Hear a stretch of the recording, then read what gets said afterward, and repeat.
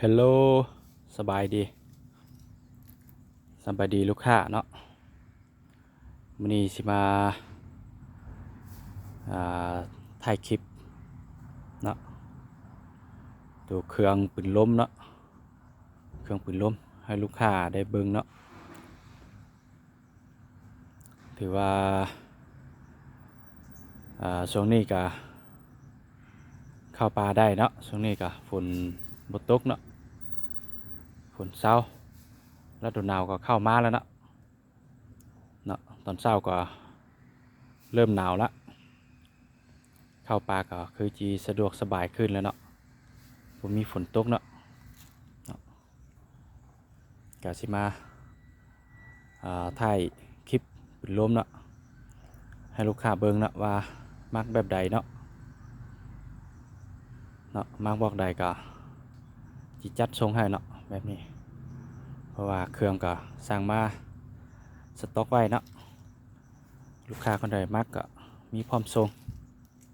เนาะเครื่องก็งามๆคักหลายเนาะตัวนี้เนาะเบิ่งดีๆเบิ่งแจ้งๆเลยเนาะ2 เครื่องมื้อนี้นะเนาะตัวนี้เป็น ตัวนี้เป็น K2 เนาะตัวนี้เป็น K2 เบาเป็นเบาปรับนอกเนาะทางอัลลูกล้อง Discovery เนาะไทยเป็นไทยพับเนาะไทยอย่างไทยพับเราเป็นเราทีเคฮ่องกงเนาะยาว50 เซนทางเป็นทางอัลลูตัวก้นมนเนาะตัวนี้นะรุ่นก้นมน0.42เนาะเบิ่งเนาะลูกค้ามักก็ทักมาได้เนาะตัวนี้ราคามัน7,500,000เนาะตัวนี้7,500,000มักก็ทักมาได้เนาะเครื่องก็มีพร้อมแบ่งให้7,500,000มีลูกปืนกับหนึ่งเนาะแล้วก็มีกล่องสูบอันนึงมีสุดโอลิงสุดหนึ่งกับโม่อันนึงเนาะโม่ใส่ลูกเนาะอันนึงเนาะ7,500,000เนาะมากระทักมาได้เด้อยังบ่มีเจ้าของเท่าเนาะมาต่อกระบอกตัวที่2เนาะ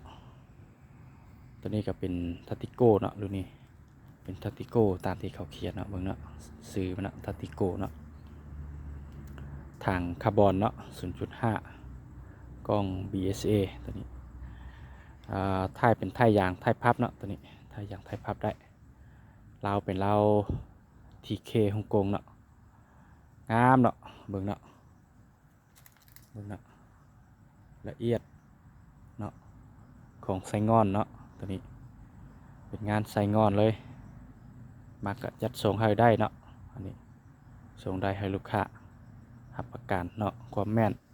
ให้ลูกค้าเลยเนาะใส่ดีบอกนี่มันราคาเป็น10,500,000เนาะตัวนี้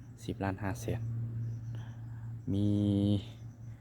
ลูกปืนกับหนึ่งเนาะมีกล่องสูบอันนึงแล้วก็มีโม่อันนึงเนาะกับมีสุดโอลิงอันแปลงวาล์วอันนึงเนาะสุดโอลิงซ่อมวาล์วเนาะราคากับรายละเอียดก็มีตามที่รีวิวเนาะตามที่ว่าแต่ลูกค้าผู้ใดมักเนาะ